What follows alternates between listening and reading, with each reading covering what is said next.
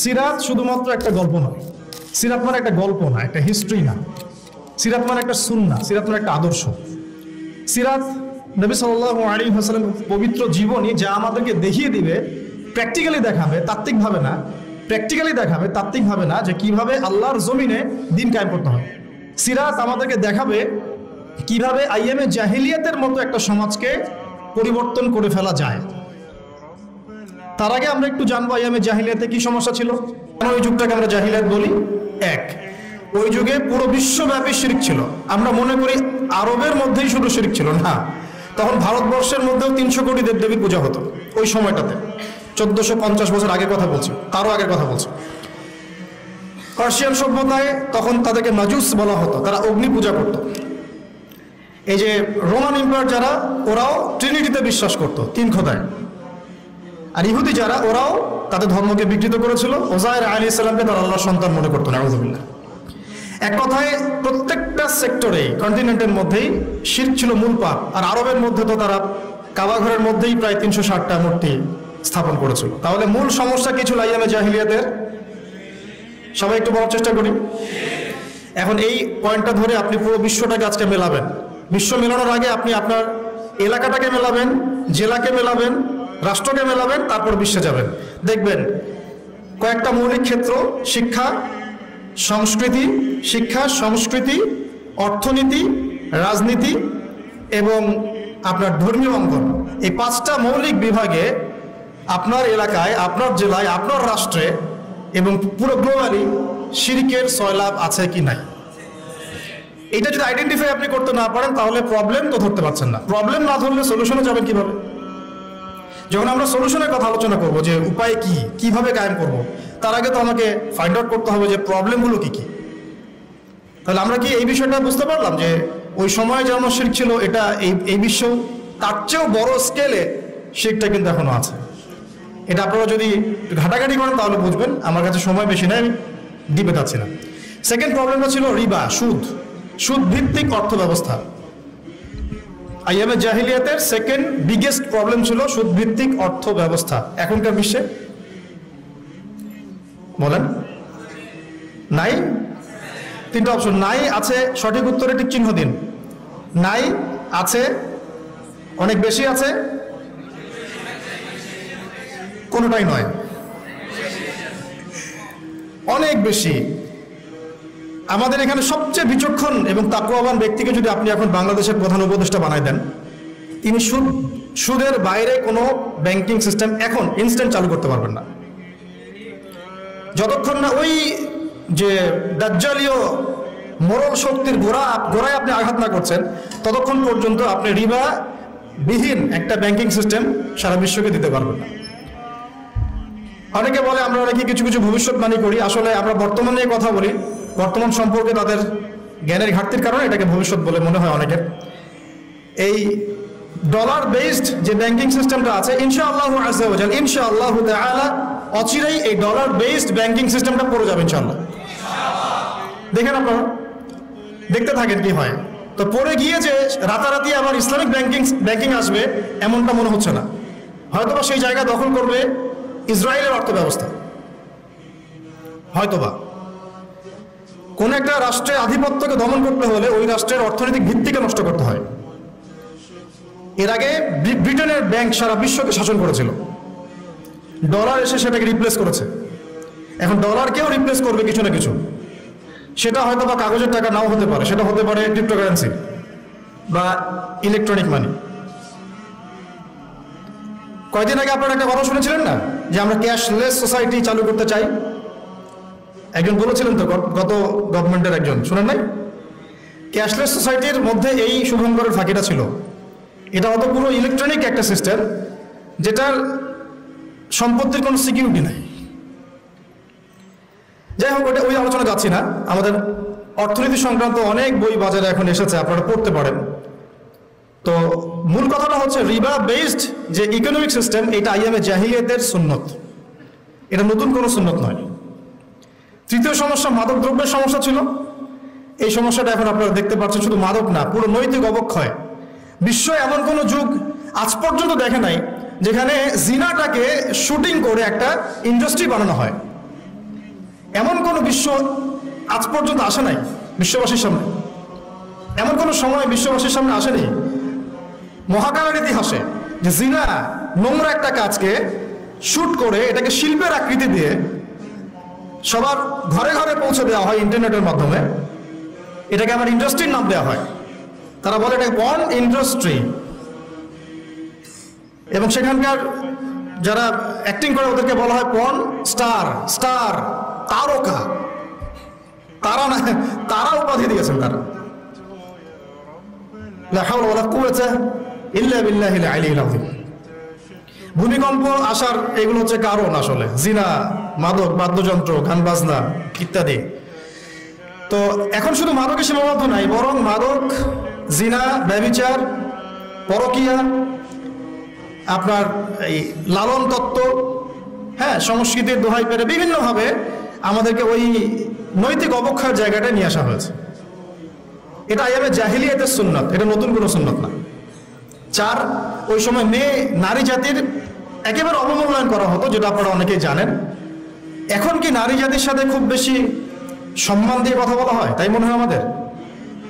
এখনই কি আমরা নারীকে সেই সম্মান আদৌ দিতে পেরেছি? আসলে পারি নাই।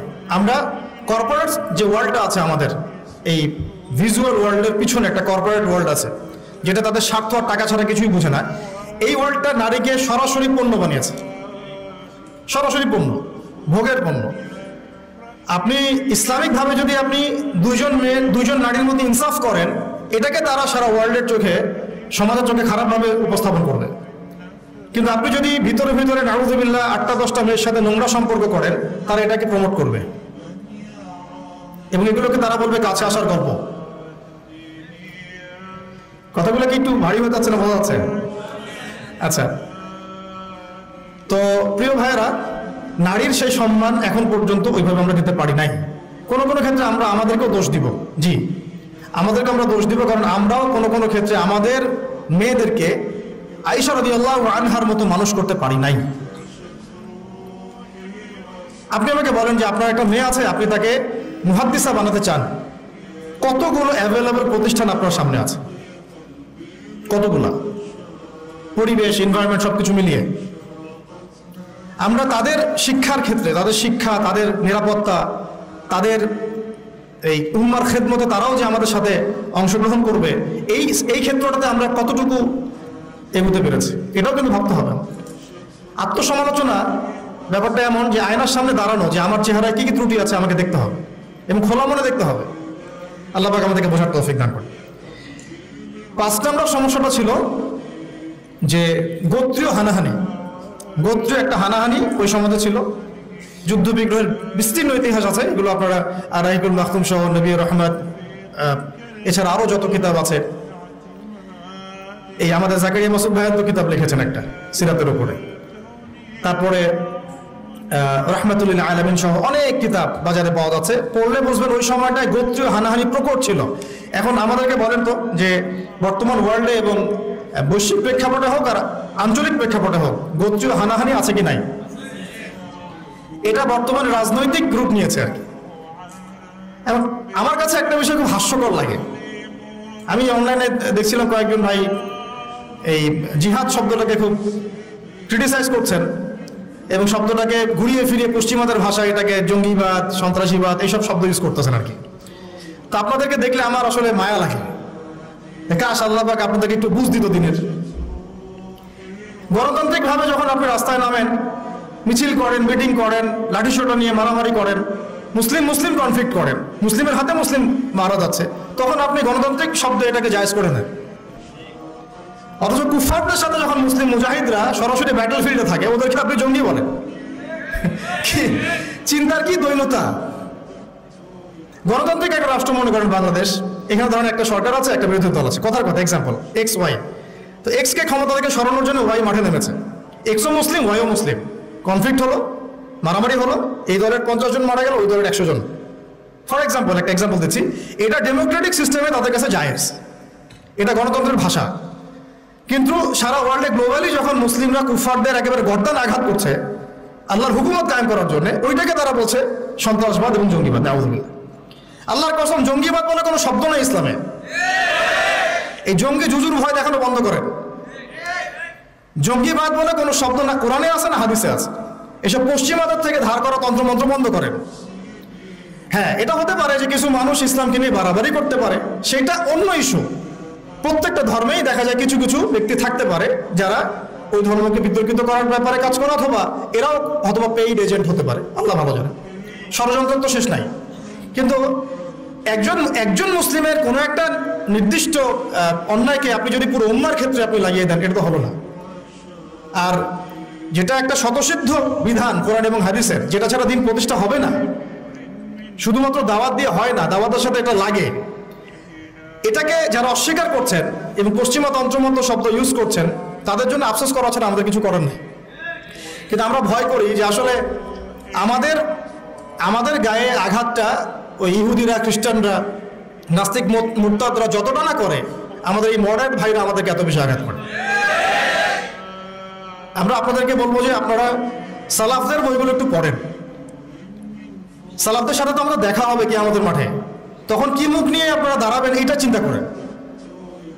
আমাদের কিন্তু সবার সাথে দেখা হবে কি আমাদের মাঠে ইনশাআল্লাহ, তাই না? দেখা তো হবে, তখন কি মুখটা নিয়ে তাদের সামনে দাঁড়াবেন এটা চিন্তা করেন। আল্লাহ পাক আমাদেরকে কথাগুলো বোঝার তৌফিক দান করুন। তো প্রিয় ভাইরা, আমি ওইদিকে আর যাচ্ছি না ডিপে। এখন মূল কথা হচ্ছে এই প্রবলেমগুলো নিমজ্জিত সমাজটাকে আমরা জাহিলিয়াত বলি, ঠিক আছে? তো আমাকে এখন বলেন যে এই জাহিলিয়াতের এই সমাজটা 23 বছরের ব্যবধানে দূর হয়েছে কি হয় না, আলোকিত হয়েছে কি হয় নাই? পুরোপুরি জাহিলিয়াতগুলোকে সরিয়ে একটা নতুন আলোকিত সমাজ নবী সাল্লাল্লাহু আলাইহি ওয়াসাল্লাম প্রতিষ্ঠা করেছেন না করেন নাই? এটা কি তাত্ত্বিক ছিল না প্র্যাকটিক্যাল ছিল? এখন আমাদের সামনে তাহলে প্রশ্ন আসলো, কিভাবে? এই তো কিভাবে করলেন? প্রথমত একজন নবী দরকার ছিল, আল্লাহ পাক মনোনীত একজন বান্দা দরকার ছিল। এখন কি সেই নবী আছেন? নবীর জায়গায় তাহলে কারা কাজ করবেন? নবীদের উত্তরসূরি কারা? ওলামায়ে কেরাম, মাশাআল্লাহ। এখন ওলামায়ে কেরামদের মধ্যে যারা কাজ করছেন এইসব বিষয় নিয়ে, তাদের সাথে আপনাদের সবার সম্পর্ক আছে কিনা এটা খেয়াল রাখবেন। ওলামায়ে কেরামদের সাথে আপনাদের সম্পর্ক আছে কিনা, তাদের পর্যন্ত আপনারা রিচ করেন কিনা। নবী নাই, কোনো নবী আসবেন না, তাহলে পুরো দায়িত্বটা কাদের উপর বর্তায়? উম্মার উপরে, স্পেশালি ওলামায়ে কেরামদের উপরে। এই তো কথা। এখন আমরা যদি ওলামায়ে কেরাম হতে পারি তো আলহামদুলিল্লাহ, তখন আপনি সেই দায়িত্ব নেবেন, আপনি সেই দায়িত্বের একটা অংশ বহন করবেন। যদি আপনি ওলামায়ে কেরাম হতে না পারেন, অ্যাটলিস্ট আপনি তালেবে ইলম তো হবেন। বিশ্বাস করেন, আমি যদি এখন একজন করে আমরা কোরআন তেলাওয়াতটুকু ধরা শুরু করি, আমি আমার অভিজ্ঞতার আলোকে বলছি যে বেশিরভাগ উপস্থিত যারা আছেন তারা কোরআন তেলাওয়াত বিশুদ্ধ করে পড়তে পারবে না। তালেবে ইলমের শুধু একটা প্রাথমিক লেভেল বললাম, মক্তবের লেভেল, যে how to recite the glorious Quran মানে অথেন্টিকলি, এতটুকুই তারা পারবে না। কিন্তু সে দিন কায়েমের স্বপ্ন দেখছে, দিন নিয়ে কাজ করার ফিকির করছে। কোনো ক্ষেত্রে সে দায়ীও হয়ে আছে, কিন্তু তার বেস ঠিক নাই। তাহলে প্রিয় ভাই, ফ্যান্টাসি না। প্রথমে হচ্ছে আমাদের ওলামায়ে কেরামদের সাথে সম্পর্ক এবং তালেবে ইলম হয়ে যাওয়া। সবাই আজকে থেকে নিয়াত করি, সবাই তালেবে ইলম হয়ে যাবেন ইনশাআল্লাহ। তালেবে ইলম মানে কি? জ্ঞানের ছাত্র। আজকে বাইতুল মুকাররমে যিনি খুতবা দিচ্ছেন, আমাদের শ্রদ্ধেয় উস্তাদ, তিনিও নিজেকে বলেন যে আমি একজন জ্ঞানের ছাত্র। বই হারিয়ে গেলে, কোন একটা বই হারিয়ে গেলে 2 রাকাত নামাজ পড়ে কান্নাকাটি করে আল্লাহ পাকের কাছে বলেন যে আল্লাহ, আমার বইটা হারাই গেছে। বাচ্চাদের মতো কান্নাকাটি করে। তালেবে ইলম। তো আমরা কি সেই তালেবে ইলম হতে পারছি? ভাই, আমি আঘাত করবো একটু আপনাদেরকে। আমরা কোরআন তেলাওয়াত করতে শিখছি না, অ্যারাবিক গ্রামার শিখছি না।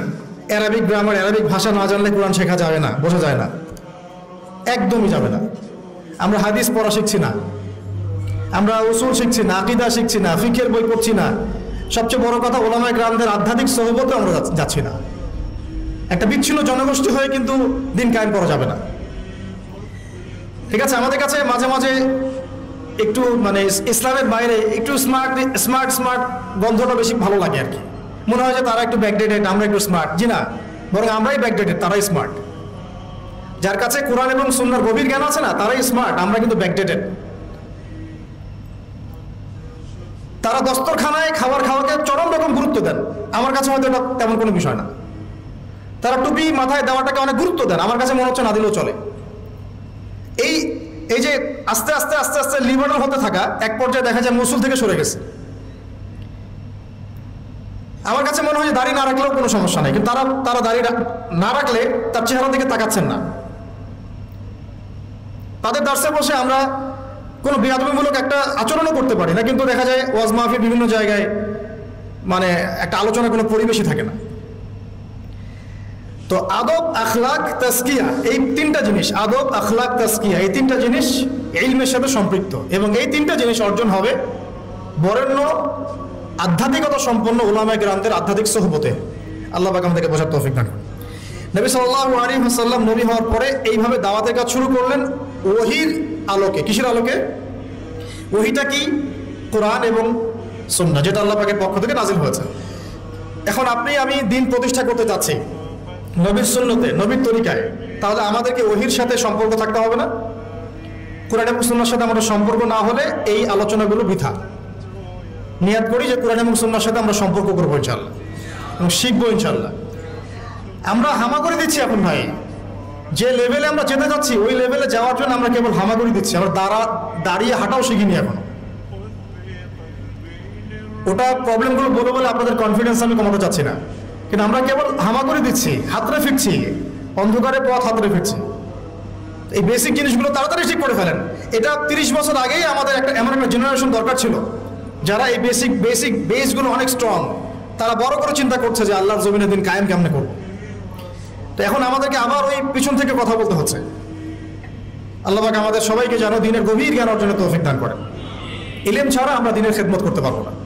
প্রত্যেকটা কাজের আগে ইলম লাগবে। প্রত্যেকটা দলিল আছে, কোরআন হাদিস থেকে কোটেশন দেওয়া যায়, সময় নাই, আমি এগুলো বলতে জাস্ট সামারি করে যাচ্ছি। এবং সেই ওহীর জ্ঞানটা নবী সাল্লাল্লাহু আলাইহি ওয়াসাল্লাম নিজে সবার আগে নিজে আমল করে দেখিয়েছেন। পয়েন্ট নোট আউট করেন, ওহীর জ্ঞানটা নবী সাল্লাল্লাহু আলাইহি ওয়াসাল্লাম সবার আগে নিজে আমল করে দেখিয়েছেন। আমরা কিছু জানলে মানুষকে আগে জানাতে চাই, নিজে আমল কম করি, আমল বাড়াতে হবে। এবং তিনি মানুষ তৈরি করেছেন, পয়েন্ট নোট করেন, তিনি মানুষ তৈরি করেছেন, সাহাবীদেরকে তৈরি করেছেন তার আধ্যাত্মিক সোহবতে।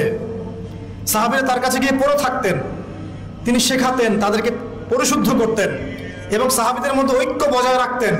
তিনি সাহাবীদের প্রতি অনেক নরম ছিলেন। আমরা অনেক হার্শ, আমাদের মধ্যে হিংসা, বিদ্বেষ, গীবত, তহমত, পরশ্রী কাতরতা দিয়ে ভর্তি। মানুষ আমাদের কাছে আসলে দূরে সরে যায়। নবী সাল্লাল্লাহু আলাইহি ওয়াসাল্লামের কাছ থেকে মানুষ দূরে সরে গেলে ছুটে চলে আসতো, আবার কখন তাকে দেখব। তিনি ছিলেন মানুষের প্রতি নরম, সাহাবীদের প্রতি নরম, কোমল। সাহাবীদের মধ্যে কোনো ডিভাইডেশন কখনো হতে দেন নাই। আর আমাদের পুরো উম্মাহ বিচ্ছিন্ন। এমনকি এগুলো বললে তো মানুষ নিতেই পারবে না। ওই ভিতরে যাওয়ার পরে আমরা চিনতে পেরেছিলাম যে কারা আমাদের আসলে বন্ধু, কারা আসলে আমাদের শত্রু। অবাক হলাম যে অনেক দাড়ি টুপিওয়ালা মানুষ যাদেরকে আমরা বন্ধু মনে করতাম, তারাই পিছন থেকে আমাদেরকে ছুরি মারছে। তো এই জন্যে আমাদের চেঞ্জ করতে হবে এই সংস্কৃতি। সবাই ভাই ভাই হয়ে যায়, আল্লাহ পাক তৌফিক দান করেন। সবাই নবীর সাহাবীদের মতো হয়ে যায়, আল্লাহ তৌফিক দান করেন। রুহামা বাইনাহুম হয়ে যায়, সমালোচনা করার দরকার নাই, সবার মধ্যে ভুল আছে। আবু দাওয়ান ভাই যদি 100টা থাকে, আপনারও হয়তো 90টা আছে। আপনার 90টা থাকলে ভাইয়েরও হয়তো 80টা আছে। বের করতে থাকলে কেউ বাদ যাবে না। এইভাবে চিন্তা করতে থাকলে আমরা এখন বাংলাদেশে এই অবস্থায় যে ক্রিটিক্যাল একটা সিচুয়েশন চলছে, আমরা কিন্তু একদম বিচ্ছিন্ন হয়ে যাব জাতি থেকে। আপাতত আমাদের হৃদ্যতার ব্যাপারটা খুব ফোকাস মানে জোর দেওয়া উচিত। আমরা আকীদা, আমল, মানহাজের ব্যাপারে কোনো ছাড় দিব না, কিন্তু হৃদ্যতার ব্যাপারে যেন আমরা উদার হই, এটা খুব জরুরি। আমরা নিজেদের মধ্যে এই ডিভাইডেশনগুলোকে কমানোর চেষ্টা করি।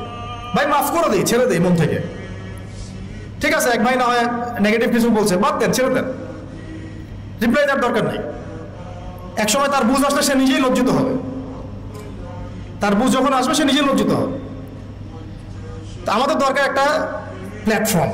নবী সাল্লাল্লাহু আলাইহি ওয়াসাল্লাম আমাদেরকে সুন্নাহ দিয়ে গেছেন, তিনি নিজে সামনে থেকে লিড দিয়েছেন।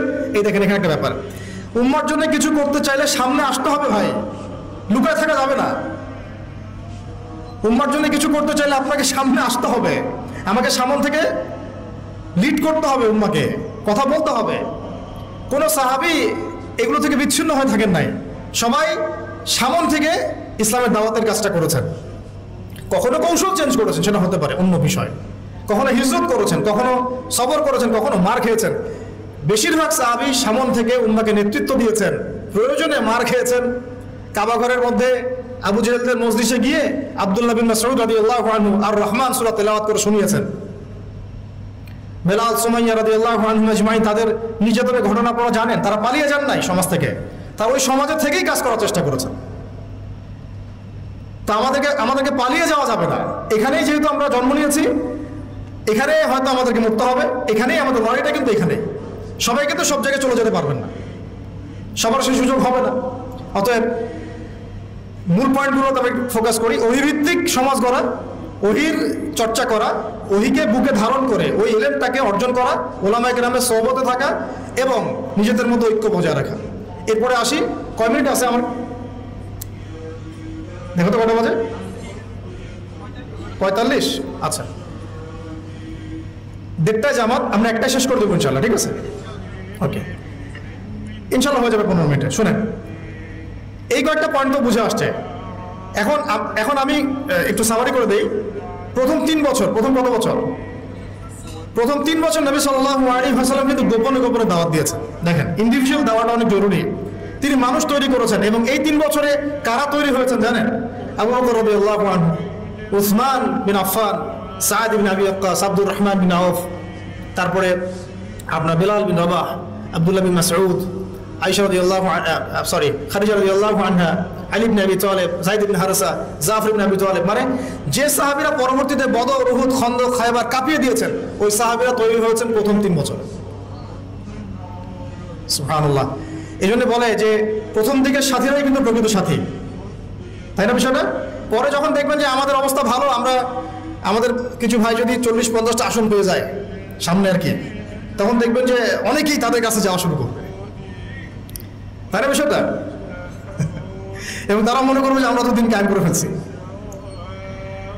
দেখেন, দিন কায়েম হবে তখনই যখন আল্লাহ পাকের যে কোরআন সুন্নাহ ভিত্তিক যে ওহির বিধানটা, এই বিধানটা যখন আল্লাহর জমিনে প্রতিষ্ঠিত হবে, তখনই কেবলমাত্র দিন কায়েম হবে।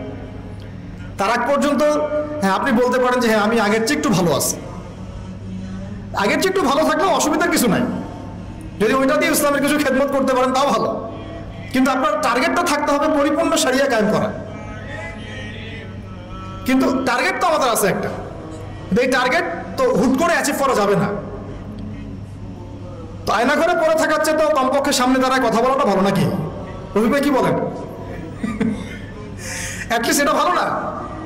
তো যদি একজন আমাকে ধরে আয়না ঘরে ঢুকে রাখলো, আর একজন ধরেন বের করে এসে বলুন ঠিক আছে আপনি কথা বলেন, সমস্যা নেই, তো আমি তো এই সুযোগটা নিব, অ্যাটলিস্ট নিব না? তো এই জন্য আমরা দাওয়াতের মাঠ রেডি করতে থাকবো। আমাদেরকে একটু বিচক্ষণ হতে হবে সবসময়, মানে একবারে ছাড় না দেওয়ার মানসিকতা, এটা থেকে একটু বের হয়ে আমাদের মনে হয় যে একটু ডিপ্লোম্যাটিক হওয়া উচিত, উসুল ঠিক রেখে, উসুল জায়গা ঠিক রেখে। এই যেহেতু আমরা ওলামায়ে কেরামের সাথে মাশওয়ারা করবো, সেক্ষেত্রে আমাদের উসুল থেকে সরে যাওয়ার কোনো সুযোগ নাই ইনশাআল্লাহ। মাশওয়ারা ভিত্তিক আমরা আগাবো ইনশাআল্লাহ। তো এখন 3 বছরের গোপন দাওয়াতের পরে যখন প্রকাশ্যে দাওয়াত শুরু হলো, তখন মারাত্মক রকমের নির্যাতন নেমে আসলো। ওই নির্যাতনের সময় কিন্তু নবী সাল্লাল্লাহু আলাইহি ওয়াসাল্লাম সাহাবীদেরকে অস্ত্র দিয়ে প্রতিবাদ করতে বলেন নাই, বরং সবর করতে বলেছেন। এই সবরের পিরিয়ডটা কিন্তু আমরা পার করে আসছি, সবর করিনি আমরা বিগত 15-20 বছর, 25-30 বছর। আমাদেরকে যেভাবে সবাইকে নির্যাতন করা হয়েছে, প্রত্যেকটা সংগঠনের নাম ধরে ধরে বলা যাবে, ব্যক্তির নাম ধরে ধরে বলা যাবে, তাদের মধ্যে কেউ একজনকে আপনি দেখান যে সে অস্ত্র হাতে বের হয়েছিল, দেখান অস্ত্র হাতে নিয়ে বের হয়েছিল সরকারের বিরুদ্ধে বিদ্রোহ করার জন্য? কোন মুসলিম অ্যাসোসিয়েশন কেউই বের হয় নাই। তাহলে আপনারা পশ্চিমাদের শেখানো শব্দটাকে কিভাবে আমাদের সাথে জুড়ে দিচ্ছেন? যদি ওই রকমই কোনো আচরণ কেউ করতোই, তাহলে আপনারা কি আদৌ থাকতে পারতেন বাংলাদেশে? কত আগেই তো আপনাদের কাম খালাস হয়ে যেত। কিন্তু সবাই সবর করেছে, মাইর খেয়েছে, কেউ 10 বছর, 12 বছর, 8 বছর, 5 বছর, কেউ 3 বার, 4 বার, 5 বার করে, কত কিছু হয়েছে আপনারা তো জানেনই না। আমি শুধু একটা কথা বলি, শুনেন, চায়ের কাপে আর ফেসবুকে ঝড় তোলার চাইতে, চায়ের কাপে আর ফেসবুকে এইসব আলোচনার ঝড় তোলা আর এই যে আয়নাঘরের একটা রিমান্ড, এটাকে আপনি 1000 কোটি গুণ দিয়েও আপনি হিসেব করতে পারবেন। ওই চায়ের কাপে ফেসবুকে এগুলো নিয়ে তর্ক বিতর্ক ঝড় তোলা অনেক সহজ। আর যারা ওইসব জায়গা ফেস করে আসছে, তাদের যে ত্যাগ, স্যাক্রিফাইস এবং তাদের সবর, ইস্তেকামা, ঈমান, তাদের ঈমানের জজবা, এটার সামনে দাঁড়াই দিয়ে পারবেন না আপনারা। আমাদের অনেক বোনকে আমরা জানি এরকম অবস্থার সম্মুখীন হয়েছে, বোন, ছেলে তো বাদ, বোন। তো আমরা দোয়া করি আল্লাহ পাক এই সমস্ত মানুষের ত্যাগ কোরবানিগুলোকে কবুল করেন। এই কোরবানিগুলোর ফলশ্রুতিতে তাদের চোখের পানি, তাদের তাহাজ্জুদ, তাদের দোয়া, তাদের এই যে আধ্যাত্মিকত্ব, আল্লাহকে ডাকা, এগুলোর বদৌলতে আজকের দিন পেয়েছি আমরা। এটা একদিনের শুধু রেভলিউশনে এটা হয় নাই। যারা এখন ক্রেডিট নেওয়ার প্রতিযোগিতায় ব্যস্ত আছেন, এটা ভুল করতেছেন আপনারা, এটা ঠিক হচ্ছে না। এখানে ক্রেডিট পাওয়ার যোগ্য সে প্রত্যেকটা আল্লাহর বান্দা যে এখানে হকের উপর ছিল, যার উপর নির্যাতন হয়েছে, চোখের পানি ফেলেছে, সেজদা আল্লাহর কাছে কান্নাকাটি করেছে, দোয়া করেছে। আমাদের মা বোনরা ঘুমায় নাই, রাতের পর রাত জেগেছিল, রাস্তাঘাটে দৌড়াদৌড়ি করে বেরিয়েছে, কেউ একটা ইন্টারভিউ পর্যন্ত নিতে চায় নাই। কিন্তু যখন ব্যাপারটা গ্লোবাল হয়ে গেছে তখন সব মিডিয়ার সামনে হাজির। এই জন্য আমরা আপনাদেরকে বিশ্বাস করি না, আপনারা সুবিধাবাদী। যখন যেদিকে হাওয়া তখন সেই দিকে দৌড় দেন। আমার নিজের ওয়াইফের কথাই বলতেছে, ডোর টু ডোর ঘুরে বেড়াইছে একটা ইন্টারভিউ নেওয়ার জন্য, যে উনি কোথায় গেল, হঠাৎ করে নাই হয়ে গেল, কিভাবে, কেউই কথা বলতে রাজি হয় নাই। এখানে আরো অনেক ভাই আছে যারা এগুলো শিকার, তারাও জানে এগুলো, সবার সাথে এগুলো হয়েছে। কিন্তু যখন আবার এটা আল্লাহ পাক ঘুরাইতেছেন অবস্থাটা, তখন আবার বাড়ির সামনে হাজির। তাহলে কাদেরকে বিশ্বাস করবেন আপনি? এই জন্য বলি যে যাদের উসুল, আকিদা, মানহাজে যারা স্ট্রং না, তাদেরকে বিশ্বাস করার আগে 10 বার 20 বার চিন্তা করতে হবে। দেখেন, নবী সাল্লাল্লাহু আলাইহি ওয়াসাল্লাম ইহুদিদের সাথে চুক্তি করেছিলেন না? তারপরে রোমানদেরকে চিঠি পাঠিয়েছেন না? মুশরিকদের সাথেও সন্ধি হয়েছে না? সবকিছু হয়েছে, সন্ধি হয়েছে, পররাষ্ট্রনীতি হয়েছে, চুক্তি হয়েছে, যুদ্ধ হয়েছে। তিনি কিন্তু উসুল এবং আদর্শের জায়গায় কারোর সাথে যাররা পরিমাণ ছাড় দেন নাই। ছাড় দিয়েছেন? তাই আমরা যেন এই সুন্নতটাকে ধরে রাখার চেষ্টা করি, আল্লাহ পাক তৌফিক দান করেন। এখন সংক্ষিপ্ত করে শেষ করে দিচ্ছি। এই যে দাওয়াতটা প্রকাশ্য রূপ লাভ করলো, তখন সবরটা ছিল বেশি ইম্পর্টেন্ট। এবং সবর করতে করতে করতে সাহাবীরা কি বলেছিলেন জানেন? ইয়া রাসূলুল্লাহ সাল্লাল্লাহু আলাইহি ওয়াসাল্লাম, আপনি একটু বদদোয়া করেন না এদের জন্য, আমরা তো পারছি না। নবীজি বলেছেন যে তোমরা জেনে রাখো, এই দিন একদম মাশরিক থেকে মাগরিব পর্যন্ত পৌঁছে যাবে, একটা কাঁচা গাঁও, একটা কাঁচা বাড়ি, একটা পাকা বাড়ি বাদ থাকবে না যেখানে আল্লাহ পাক কালিমাকে প্রবেশ করাবেন না ইনশাআল্লাহ। ওয়ালাকিন্নাকুম তাস্তাজিলুন, কিন্তু তোমরা খুব তাড়াহুড়া করছো। ঠিক আছে, তোমরা এখন আবিসিনিয়ায় চলে যাও। যদি দেখা যায় কখনো এমন একটা পরিবেশ যে আপনার এলাকায় দিন পালনের কোনো পরিবেশই নাই, তখন আবিসিনিয়ার সুন্নত আছে আমাদের সামনে, সেখানে হিজরতের সুন্নত আছে। তারপরে নবী সাল্লাল্লাহু আলাইহি ওয়াসাল্লামকে 3 বছর সাহাবীদেরকে সহ বয়কট করা হয়েছে শিয়ারে আবু তলেবে, গাছের ছালপাতা খেয়ে দেখেছেন, তবুও আরশের সাথে আপোষ করেন নাই। সাহাবীদেরকে চোখের সামনে তিনি শহীদ হতে দেখেছেন মক্কায়, তারপরেও তিনি আদর্শের সাথে আপোষ করেন নাই, কিন্তু তাদেরকে তিনি অস্ত্র দিয়ে আঘাত করেন নাই। কিন্তু এরপর যখন আল্লাহ রাব্বুল আলামিন তায়েফের পরে যখন তায়েফবাসী কবুল করলো না, মিরাজ হয়ে গেল, এরপরে নবী যখন সাল্লাল্লাহু আলাইহি ওয়াসাল্লাম মদিনার সেই যে যুবকদেরকে দাওয়াত দিলেন, আমরা যুবক ভাইরা ভালো করে শুনেন, এই যুবকদের হাতে ইসলাম পরিবর্তন হয়েছে। মানে পরিবর্তন বলতে বোঝাচ্ছি টেবিলটা উল্টে গেছে আর কি, যুবকদের হাতে। এই 6 জন যুবক যাদের নেতৃত্ব দিচ্ছেন সাআদ বিন জুরারা রাদিয়াল্লাহু আনহু, তারা এসে ইসলাম কবুল করলেন ইয়াসরিব থেকে। তারপরে পরের বছর 12 জন, তারপরের বছর এই যে 75 জন। এই যে একটা বিশাল দাওয়াতের ক্ষেত্র তৈরি হলো মদিনায়। একজন দায়ীর মেহনত ছিল এখানে, তার নাম মুসআব বিন উমাইর রাদিয়াল্লাহু আনহু, মনে আছে না আপনাদের? এই যে মাঠটা তৈরি হলো, যে মাঠ তৈরি করা, তারপরে নবী করিম সাল্লাল্লাহু আলাইহি ওয়াসাল্লামকে তারা বললেন যে আপনি আপনার সাহাবীদেরকে নিয়ে চলে আসেন আমাদের এখানে।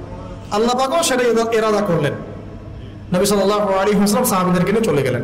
এই মদিনা হলো প্রথম ইসলামিক স্টেট। প্রথম ইসলামিক স্টেট কিন্তু মক্কা নয়, বরং মদিনা। সেখানে নবী সাল্লাল্লাহু আলাইহি ওয়াসাল্লাম গিয়ে তিনি শুধু এখন নবী নন, বরং তিনি এখন রাষ্ট্রপ্রধানও বটে। আমরা কি এই পর্যায় পর্যন্ত যেতে পেরেছি কিনা? বলেন, আমরা কি এখন পর্যন্ত কোনো মদিনা রাষ্ট্র কায়েম করতে পেরেছি কিনা? আমাদের এই দেশটাতেও হোক অথবা অন্য কোনো রাষ্ট্রের দাওয়াতের মাধ্যমে হোক, পেরেছি? তার মানে আমরা এখন এই জায়গা পর্যন্ত যেতে পারি নাই। তাহলে মক্কা বিজয়ের সব আপনি দেখছেন কিভাবে, আর গণক্ষমা কিভাবে করছেন। আমরা তো মদিনা রাষ্ট্র পাইনি এখনো। আমরা কি মদিনা রাষ্ট্র কায়েম করতে পেরেছি? বা অন্য কোনো রাষ্ট্রের দাওয়াতের কাজের মধ্য দিয়ে ওইখানে মাঠ তৈরি করতে পেরেছি যে আমরা হিজরত করে চলে যাবো, ওখানে রাষ্ট্র কায়েম হবে? কোনোটাই তো হয় নাই। তাহলে আমরা এই পর্যায়ে পর্যন্ত এখনো যেতে পারি নাই, অথচ আমরা মক্কা বিজয়ের ভাইব নিয়ে ঘুরে বেড়াচ্ছি। কি একটা অবস্থা! আল্লাহ পাক আমাদেরকে বোঝার তৌফিক দান। আমি জন্য বলি যে কোরআন এবং সুন্নাহকে বুঝতে হলেও সিরাত লাগবে আপনার। সিরাত ছাড়া কোরআন সুন্নাহকে বোঝা যায় না। সুবহানাল্লাহ। আর আমার বিশ্বাস যে সিরাতের উপর যারা বেশি চর্চা করবে, পড়বে, ইনশাআল্লাহ আল্লাহ চাইলে তারা নবীকে স্বপ্ন দেখতে পারে। মানে আমার মন বলে এটা। এটা কোনো দলিল ভিত্তিক কথা বললাম না, অনেক ওলামা এখানে বলেছেন আমাদেরকে। আমি জিজ্ঞাসা করেছিলাম যে ওস্তাদ, আমাদের নবী সাল্লাল্লাহু আলাইহি ওয়াসাল্লামের স্বপ্ন দেখার কোনো খাস আমল আছে নাকি? তো কেউ তেমন কোনো খাস আমল বলতে পারে না। একজন ওস্তাদ খালি বললেন যে রাত্রে ঘুমানোর সময় অ্যাটলিস্ট 10 পৃষ্ঠা সিরাত পড়ে ঘুমাও, দেখি কি হয়। তার মানে উনি হয়তো দেখেছেন, উনি বলেন না। সিরাত ছাড়া ভাই আমরা দিন প্রতিষ্ঠার প্যাটার্নগুলো বুঝবো না। প্রত্যেকটা কাজের একটা প্যাটার্ন থাকে, একটা পদ্ধতি থাকে, অজু করার একটা সিস্টেম আছে, নামাজের একটা নিয়ম আছে, দিন প্রতিষ্ঠারও নিয়ম আছে। এখন দেখেন দাওয়াতের মধ্য দিয়ে মদিনা রাষ্ট্র কায়েম হয়ে গেল। ওখানে কিন্তু নবীজি এখন শুধুমাত্র নবী নন, তিনি নবীও বটে, রাষ্ট্রপ্রধানও বটে, তাদের আমিরও বটে। তাহলে এখানে আমির হলো নবী, রাষ্ট্রপ্রধান এবং আমির, ইমারা হয়ে গেল ইমারা, এবং জামা হলো একটা জামা। বুঝতে পারছি কি? জামাত ইসলাম না রে ভাই, এটা আবার জামা মানে একটা কি বলবো ভাই, হ্যাঁ ঐক্যবদ্ধ একটা প্ল্যাটফর্ম। এবং দেখেন একজন আমির কিন্তু আবার আলাদা আলাদা না, একজন আমির এই একটা জামা, এবং সবাই হচ্ছে মামুর মানে যারা আমিরকে ফলো করে। এখানে আছে সাম ওয়া তাআ, মানে নবী যা বলবেন তারা শুনবেন এবং আনুগত্য করবেন। এইরকম একটা সিস্টেম কিন্তু আমরা এখন আমাদের দেশে করতে পারি না। সবাই আলাদা আলাদাভাবে কাজ করতেছি, ঠিক আছে, কাজ হতে থাক, কিন্তু সমন্বয় জরুরি। সমন্বয় না হলে বৃহত্তর ঐক্য হবে না। আর বৃহত্তর ঐক্যের জায়গাটাতে আমাদেরকে একটু ছাড় দিতে হবে, একটু হলেও ছাড় দিতে হবে। কারণ এখন তো আর সাহাবীদের যুগ না রে ভাই। সাহাবীরা যেভাবে সব শক্তভাবে পালন করতেন, আমল করতেন, এরকম মানুষ এখন নাই তো। আর আপনি যদি ওই যে হামিম যদি আমাকে বলে যে ভাই আপনার মধ্যে সাহাবীদের সব খাসলত পাওয়া যাচ্ছে না, যাবে না, এটাই তো স্বাভাবিক। কারণ আমরা তো সাহাবীদের যুগ থেকে 1400 বছর পরের মানুষ। এই হাদিসটা আপনারা জানেন কিনা, মাঝখানে অনেক লম্বা হয়ে যাচ্ছে কিনা, এই ফয়জুল কালাম বইয়ের মধ্যে আছে। নবীজি বলেছেন সাল্লাল্লাহু আলাইহি ওয়াসাল্লাম যে তোমরা এমন একটা যুগে আছো আমার সাহাবীরা, শুনেন, তোমরা এমন একটা যুগে আছো হে আমার সাহাবীরা, তোমরা যদি ইসলামের 1/10 ছেড়ে দাও তোমরা ধ্বংস হয়ে যাবে। কিন্তু তোমাদের পরে এমন একটা যুগ আসবে যে যুগে যদি কেউ ইসলামের 1/10 উপরেও থাকে সে সফল হয়ে যাবে। মানে আমরা তো এখন ওই যুগে আছি। 10% ধরে রাখতে পারলেও ইনশাল্লাহ আপনি সফল হবেন। তো এরপরে মদিনা রাষ্ট্র কায়েম হলো। দেখেন রাষ্ট্র কায়েম করার পরে কাজ কি, এখন আমাদের দায়িত্বশীল যারা এখন আছেন প্রেজেন্ট তাদেরকে একটু বোঝান একটু। রাষ্ট্র পাওয়ার পরে কাজ কি, নবীজি কি করেছেন রাষ্ট্র পাওয়ার পরে? আগে তিনি মসজিদে নববী নির্মাণ করেছেন। তার মানে মসজিদে নববী ছিল শুধুমাত্র ইবাদতের জায়গা নয়, সেখানে দাওয়াতের কাজ হতো, সেখান থেকে সব ডিসিশন মেকিং হতো। এবং এরপরে তিনি আনসার আর মুহাজিরদের মধ্যে ভ্রাতৃত্বের বন্ধন স্থাপন করলেন। রাষ্ট্রীয় ক্ষমতা পাইলে আমাদের কাজ কি? আধ্যাত্মিক পরিবেশ তৈরি করা, দ্বীনি ইলমের পরিবেশ তৈরি করা, দাওয়াতের পরিবেশ তৈরি করা, এবং উম্মার এই জাতির মধ্যে ঐক্য নিয়ে আসা। আমরা তো কি করতেছি? সংবিধান সংস্কার করতেছি। এটা আমাদের এখন এজেন্ডা, তাই না? এই পলিসিতে, যে পলিসিতে আপনারা আগাচ্ছেন, এই পলিসিতে যদি সংবিধানকে 10-12 সংশোধন করেন, আপনারা নাকি ইসলামিক সংবিধান তো বানাবেন না। বানাবেন? সহজ কথা বলেন, কখনোই বানাবেন না। তাহলে মদের বদল খালি চেঞ্জ করতেছেন,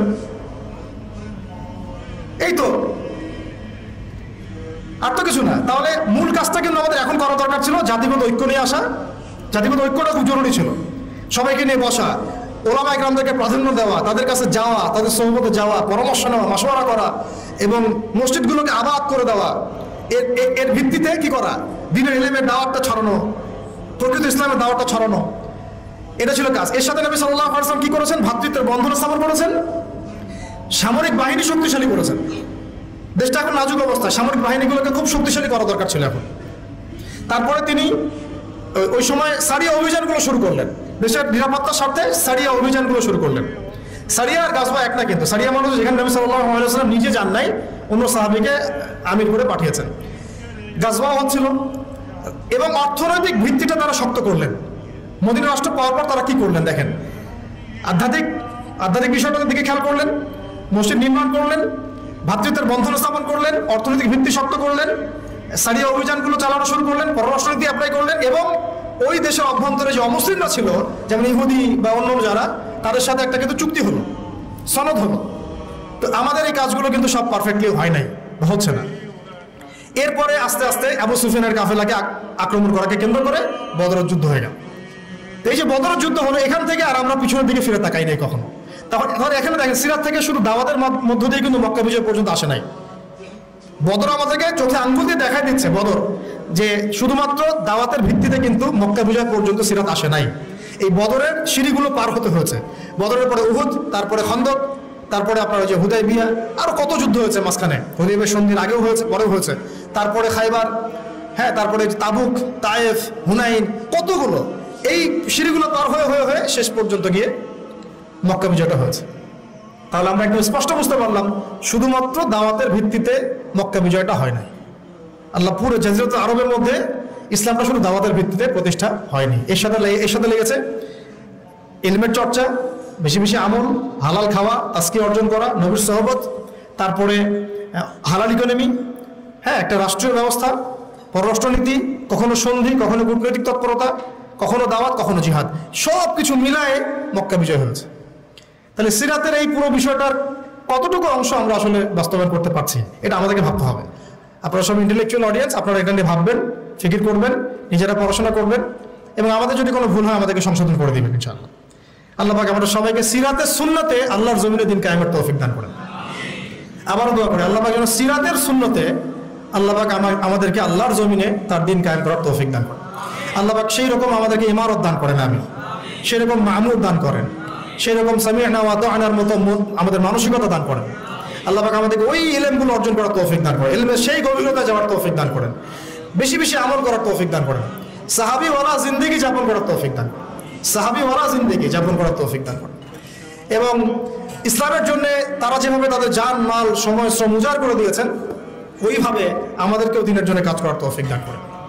সবচেয়ে বড় কথা, আল্লাহ পাক আমাদের সবাইকে যেন একটা বৃহত্তর ঐক্যের প্ল্যাটফর্ম দান করেন। আমরা আশাবাদী ইনশাল্লাহ, আমরা স্বপ্ন দেখব, স্বপ্নই আমাদেরকে ইনশাল্লাহ বাস্তবের রূপ দেখাবে এক সময় না এক সময়। অনেক ভালো কাজ হচ্ছে মাশাআল্লাহ, প্রত্যেকটা জেলায় জেলায় খুব ভালো কাজ হচ্ছে। আমি চাচ্ছি, মন থেকে আমার দোয়া এবং চাওয়া, সবগুলো কাজগুলোকে একটা সমন্বয় করা, অ্যাটলিস্ট আকীদা, আমল এবং মানহাজ, এই উসুলের মানদণ্ডে। বাকি কিছু বিষয় আমাদের মধ্যে ইখতিলাফ আছে, থাকবে, আমি জানি। কোনোদিন আপনি বাংলাদেশের সবাইকে একটা জায়গায় আনতে পারবেন না, এটা ইম্পসিবল। অ্যাটলিস্ট তারপরেও একটা হৃদ্যতাপূর্ণ সম্পর্ক রাখা, দূরত্বগুলোকে কমায় নিয়ে আসা। শেষ করার আগে একদম লাস্ট 1 মিনিট আমি একটা কথা বলে শেষ করে দিব। একটা হাদিস খালি বলবো। নবী সাল্লাল্লাহু আলাইহি ওয়াসাল্লাম বলেছেন সাল্লাল্লাহু আলাইহি ওয়াসাল্লাম যে কাতার সোজা করো, মিলে মিলে দাঁড়াও, মাঝখানে দূরত্বগুলোকে বন্ধ করো, কাঁধে কাঁধ মিলে মিলে দাঁড়াও। তোমরা যদি এভাবে মিলে মিলে না দাঁড়াও, একে অপরের সাথে মিলে মিলে না দাঁড়াও, তাহলে আল্লাহ রাব্বুল আলামিন তোমাদের হৃদয়গুলোর মধ্যে দূরত্ব সৃষ্টি করে দিবে। আমাদের নামাজের কাতার ঠিক নাই, আমাদের হৃদয়ের অবস্থাও ঠিক নাই। আল্লাহ পাক আমাদেরকে নামাজের কাতারও যেমন সীসা ঢালা প্রাচীরের মতো করার তৌফিক দান করেন, আমাদের মনগুলোকে আল্লাহ পাক জুড়ে দেন। আমি একটা দোয়া করছি, আপনারা আমিন বলবেন। আল্লাহুম্মা আল্লিফ বাইনা কুলুবিনা, আমিন। ওয়া আসলিহ যাতা বাইনানা ওয়াহদিনা সুবুলাস সালাম ওয়া নাজ্জিনা মিনাজ যুলুমাতি ইলান নূর ওয়া জান্নিবনা আল ফাওয়াহিশা মা যাহারা মিনহা ওয়া মা বাতান। আল্লাহুম্মা বারিক লানা ফি আসমা'িনা ওয়া আবসারিনা ওয়া কুলুবিনা ওয়া আমালিনা ওয়া আজওয়াজিনা ওয়া যুররিয়াতিনা ওয়া তুব আলাইনা ইন্নাকা আনতাত তাওয়াবুর রহিম। اللهم ثبت أقدامنا وانصرنا على القوم الكافرين. اللهم لعن الكفرة الذين يصدون عن سبيلك ويكذبون رسلك ويقاتلون أولياءك. اللهم أنزل عليهم بأسك الذي لا ترده عن القوم المجرمين. آمين يا رب العالمين. اللهم صل وسلم على نبينا محمد وعلى آله وأصحابه أجمعين. أقول قولي هذا أستغفر الله لي ولكم ولسائر المسلمين. بارك الله لنا ولكم بالآية الحكيم. إنه تعالى جواد كريم والرؤوف الرحيم. سبحانك اللهم وبحمدك أشهد أن لا إله إلا أنت أستغفرك وأتوب إليك. السلام عليكم ورحمة الله وبركاته.